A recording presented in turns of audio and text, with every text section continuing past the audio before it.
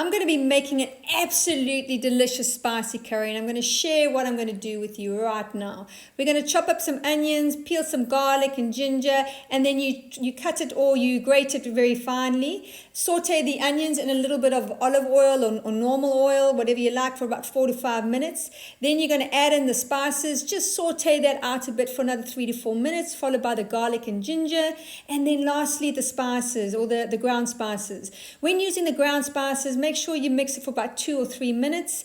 Add it a little bit of salt, but don't stop mixing it. Otherwise, what happens, it can stick and then burn.